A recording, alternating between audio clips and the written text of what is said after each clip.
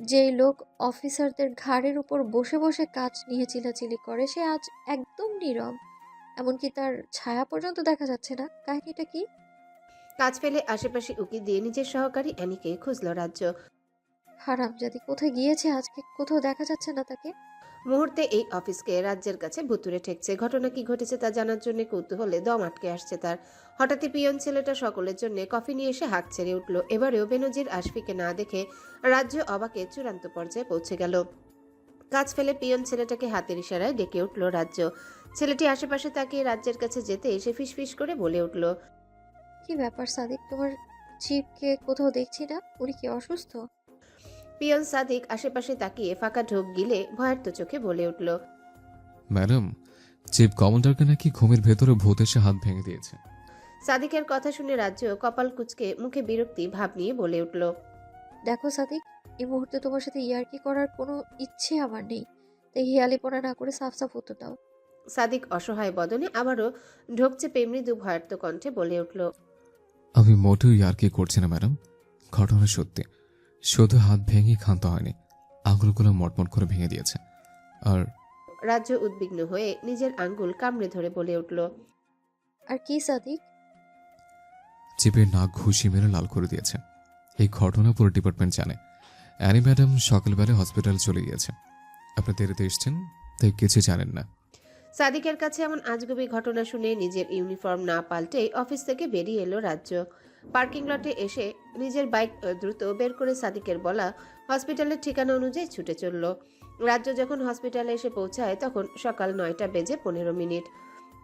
দৌড়ে রিসেপশনে এসে নিজেকে স্বাভাবিক করে রিসেপশনিস্টকে আন্তরিকভাবে অনুরোধের সুরে বলে উঠল, can you tell me in which floor বেজির আশফি is admitted?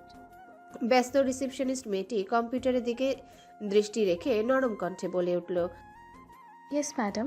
You will find him in cabin number 302 on the third floor. রাজ্য মেয়েটিকে থ্যাঙ্কস জানিয়ে লিফটের দিকে এগিয়ে গিয়ে দেখতে পেল লিফট লোড হয়ে গিয়েছে। লিফট ছেড়ে দৌড়ে সিঁড়ি দিয়ে সে 3তলায় চলে গেল। সিঁড়ির পাশেই 302 নম্বর কেবিন। অতিরিক্ত উদ্বিগ্নতার দৌড়ের কারণে অনেকটাই হাঁপিয়ে গিয়েছে সে। দরজার সামনে দাঁড়িয়ে কিছুক্ষণ দম নিয়ে দরজায় হালকা নক করে ভেতরে ঢুকে গেল। ভেতরে অ্যানি এবং বেনজির আশফির স্ত্রী রুমানা আশফিকে দেখা গেল। অ্যানি নার্সের সাথে কি নিয়ে যেন কথা বলছে। এদিকে বেনজির আশফি হাতে স্লিং সমেত বিছানায় পা ঝুলিয়ে বসে আছেন। তার চোখ দুটো লাল টকটকে গোল গোল হয়ে আছে, তাতে প্রত্যক্ষ ভয়ের ছাপ স্পষ্ট। নাকটা নীলচে জখমে বিভৎস রূপ ধারণ করেছে। রাজ্য ভেতরে ঢুকে স্যালুট দিয়ে কাপা কণ্ঠে বেনজির আশফিকে জিজ্ঞাসা করে উঠল, আপনার এই অবস্থা কিভাবে হলো স্যার? কে করেছে এই কাজ? আপনি শুধু হিন্টস দিন, সন্ধ্যার আগেই তাকে ধরে আনবো আমি। রাজ্যের কথায় নড়ে চড়ে উঠলেন বেনজির আশফি। এদিক ওদিক তাকিয়ে মিনমিন করে বলে উঠল, ধরার হলে কি তাকে তোমার জন্য বসিয়ে রাখতাম? সে আমার, তোমার, আমাদের সকলের ছোঁয়ার বাইরে। রাজ্য রুমানা আশফির দিকে তাকিয়ে বোঝার চেষ্টা করলো অ্যাকচুয়াল ঘটনা কি ঘটেছে। রুমানা হালকা মাথা নাড়িয়ে বুঝালো সে কিছুই জানে না। নার্সের সাথে কথা শেষ করে অ্যানি বলে উঠল, এই যুগে ভূত প্রেত জিনের বাদশা এসব কিছুই হয় না স্যার। আমরা আপনার বাসার সিসিটিভি ফুটেজ চেক করব। তখনই আসল কালপ্রিট বেরিয়ে আসবে। অ্যানির কথা কর্ণপাত হতেই রেগে গেলেন বেনজির। সামান্য গলার আওয়াজ চড়িয়ে বলে উঠলেন, তোমাদের কি মনে হয় আমি ইয়ার্কি করছি তোমাদের সাথে? জলজন্ত একটা লোক আমার ঘরে এসে আমাকে মেরে যাবে, আমি কিচ্ছু টের পাবো না? শোনো মেয়েরা, একটা মাছি আমার শরীরে বসার আগে আমি টের পেয়ে যাই মাছিটি আমার শরীরের কোথায় বসতে যাচ্ছে। আর আমার হাত ভেঙেছে, আঙুল ভেঙেছে, নাকে আঘাত করেছে, আমি কিচ্ছুটি টের পাইনি। শুধু তাই নয়, তোমাদের ম্যাডাম আমার সাথে ছিল, সেও কিছু টের পাননি। রাজ্য ভ্রু কুচকে অবাকেশ্বরে বলে উঠল। আপনি কি তার চেহারা দেখেছেন স্যার?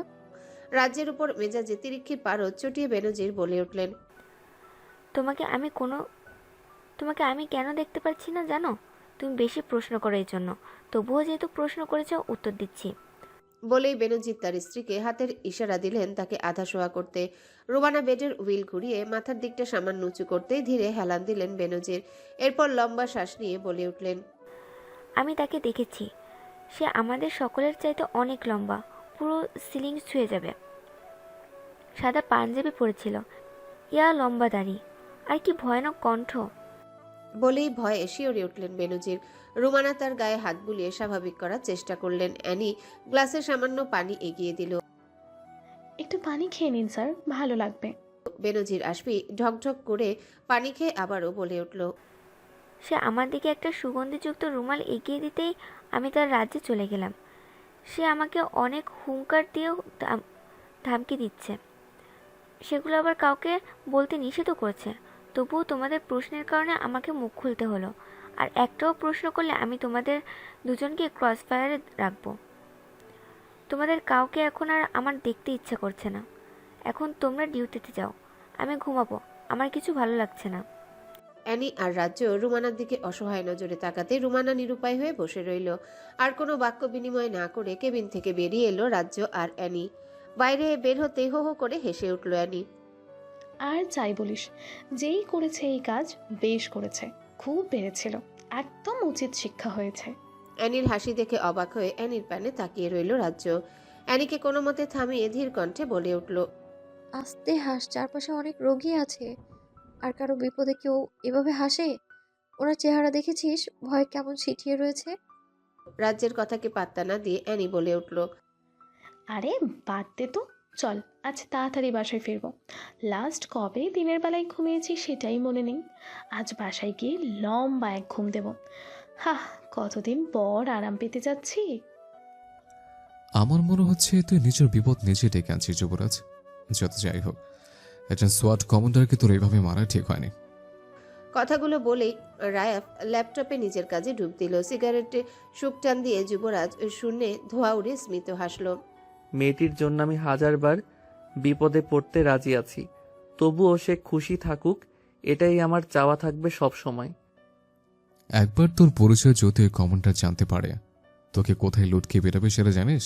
রায়াফের এমন বলদের মতো কথায় হাহা করে হেসে উঠল যুবরাজ। দ্রুত সিগারেট শেষ করে অ্যাস্ট্রেতে জ্বলন্ত ফিল্টার ফেলে ফুস করে দম ছাড়ল। এই যুবরাজ কোনোদিনও কাঁচা কাজ করেনি ব্রো। বেনজির আসবি কেন, পুরো টিম 100 বছর তপস্যা করেও আমার টিকিটও নাগাল পাবে না। তুই ঠিক কি করেছিস ওনার সাথে বলতো? কনুই দিয়ে হাঁটুতে ভর রেখে দুই হাতে রাজলায় নিজের মুখ ভরে জিজ্ঞাসু দৃষ্টিতে যুবরাজের দিকে তাকিয়ে রইল রায়াফ। যেই কাজটা আমি খুব ভালো জানি সেটা। বলেই আবারও হো হো করে শব্দ করে হেসে উঠল যুবরাজ। তুই হিপনোটাইজ করেছিস বেনজিরকে? যুবরাজ মাথা নাড়িয়ে সায় জানিয়ে বলে উঠল, শুধু হিপনোটাইজ না, ক্লোরোফর্ম দিয়ে অজ্ঞান করে মটমট করে আঙ্গুল হাত ভেঙে জোরসে জোরসে ঘুষি মেরে নাক ফাটিয়ে দিয়েছি, কিচ্ছুটি টের পাইনি বেচারা। নিজের কপাল নিজেই কতক্ষণ চাপড় মারল রায়াফ। তোর জন্য কবে না আমাকে জেলে যেতে হয়, খুব কপাল গুলো তোকে পেয়েছে।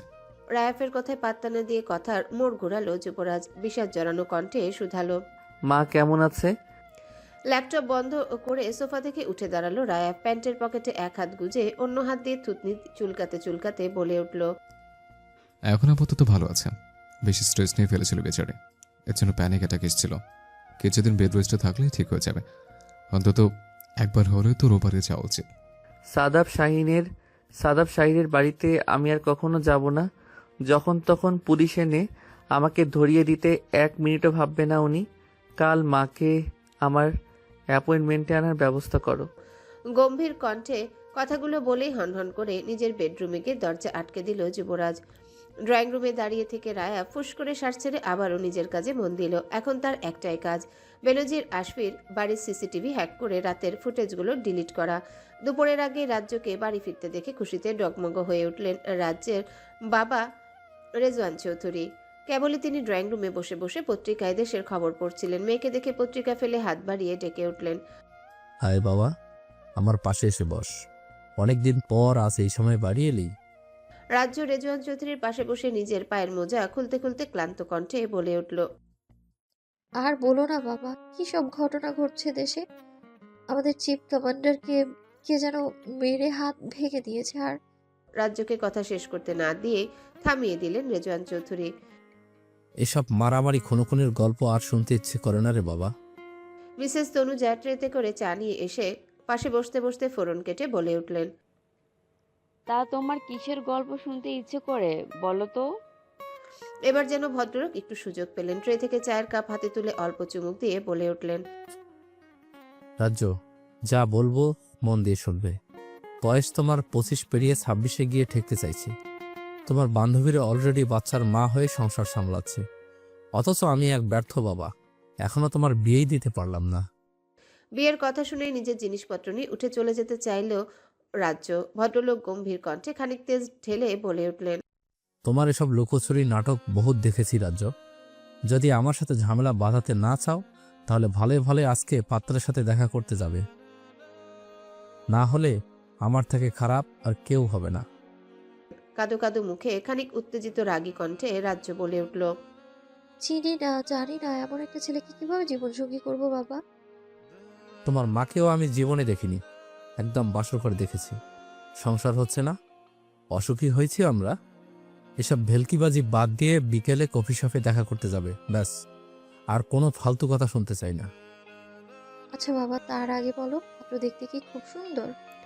কলকাতার কথাটি বলে অধীর আগ্রহে রেজওয়ান চৌধুরীর দিকে তাকিয়ে রইল রাজ্য।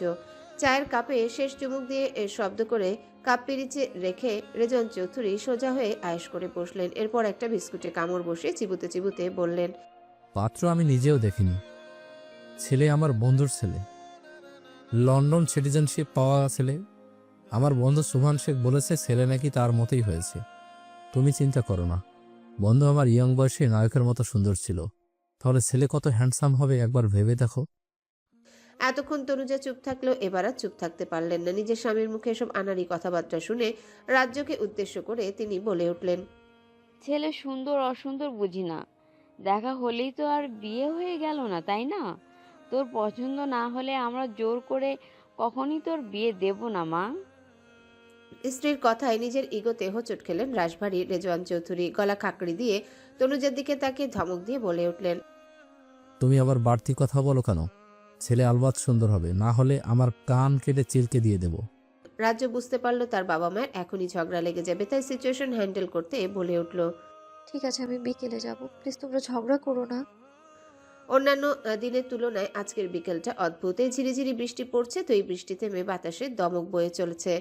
এমন অলস বিকেলে রাজ্যের দুই চোখের পাতা ভরে ঘুম এসে হানা দিচ্ছে, কিন্তু সে ঘুমাতে পারছে না। এদিকে দুপুরের পর থেকে অ্যানিকেও ফোন করে পাওয়া যাচ্ছে না। একা একা কিভাবে একটা কফি শপে অপরিচিত ছেলের সাথে দেখা করবে সেটা ভেবে সে কুল কিনারা খুঁজে পাচ্ছে না।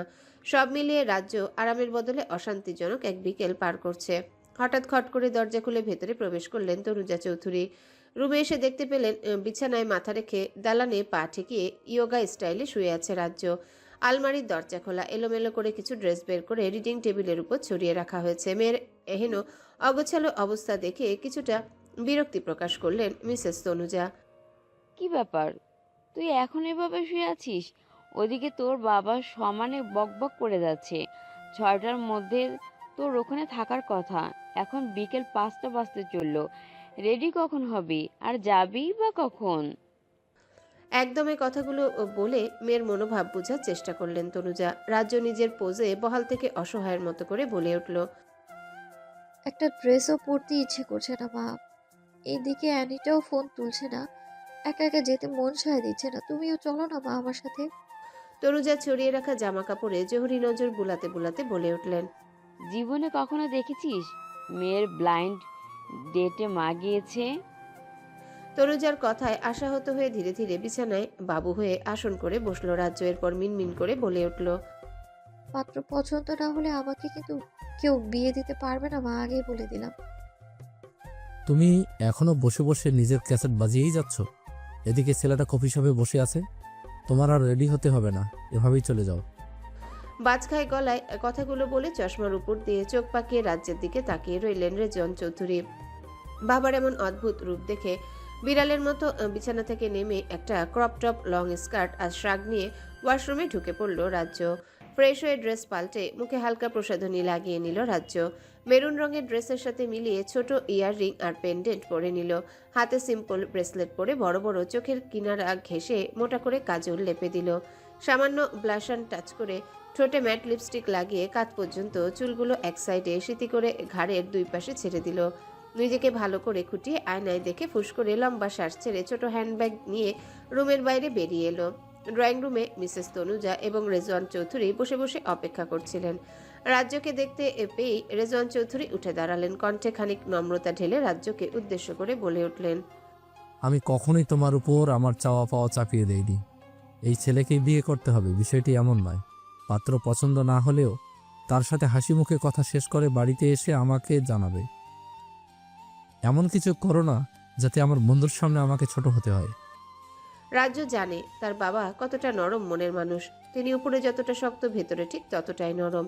একদম নারিকেলের মতো। উপরে যতই ধমকাধমকি করুক, হৃদয়ে সবটা ঢেলেই তিনি রাজ্যকে ভালোবাসেন। রাজ্য আর কথা না বাড়িয়ে ঘাড় কাত করে তার বাবার কথায় সাই জানিয়ে ঘড়িতে সময় দেখে ধূপধাপ পা ফেলে বেরিয়ে গেল। শহরের নামকরা coffee shop the blue moon, 3 তলা বিশিষ্ট এই রেস্টুরেন্টটি দোতলার পুরোটা জুড়ে বিভিন্ন ড্রিঙ্কস আর অ্যাপিটাইজার আইটেম দিয়ে ঠাসানো। এখানকার খাবারগুলো অত্যন্ত সুস্বাদু আর ফ্রেশ। টাকাওয়ালারা বা পশ শ্রেণীর লোকেদের জন্য এটা হচ্ছে সময় কাটানোর অন্যতম স্থান। বিভিন্ন কাজের তাগিদে এখানে বহুবার রাজ্যের আসা হয়েছে, কিন্তু আজকের আগমনটা ভিন্ন। রেস্টুরেন্টে ঢুকে সিঁড়ি ধরে দোতলায় ওঠার পথে সিঁড়ির সাথে লাগোয়া সাইড মিররে নিজেকে আরেকবার ভালোভাবে পর্যবেক্ষণ করে নিল রাজ্য। আর যাই হোক, কারোর সামনে নিজেকে জোকার হিসেবে উপস্থাপন করার কোনো ইচ্ছে তার নেই। ছেলে যেহেতু বিদেশি, তার সামনে স্টেবল থাকাই উত্তম। মনে মনে নিজেকে সাহস জুগিয়ে কাচের পুশ করা দরজা ঠেলে ভেতরে প্রবেশ করলো রাজ্য। নিজেদের জন্য রিজার্ভকৃত টেবিলের দিকে নজর দিতেই চোখ কুটুর ছেড়ে বেরিয়ে আসার উপক্রম। মুহূর্তেই ফিনফিনে পাতলা ঠোঁট দুটো কিঞ্চিত ফাঁক হয়ে বুকের জমানো কথা গলার কাছে এসে আটকে রইল। নিজের চোখে অবিশ্বাস করে নিজের হাতে নিজেই চিমটি কেটে ব্যথা উদ্ভট শব্দ করে উঠল। ওরে মা রি! চোখ দুটো কচলে পিটপিট করে দৃষ্টি সাফ করে আবারও সেই টেবিলের দিকে নজর দিল। কালো কুচকুচে এক নাইজেরিয়ান বসে বসে ফোন ঘাটছে সেই টেবিলে।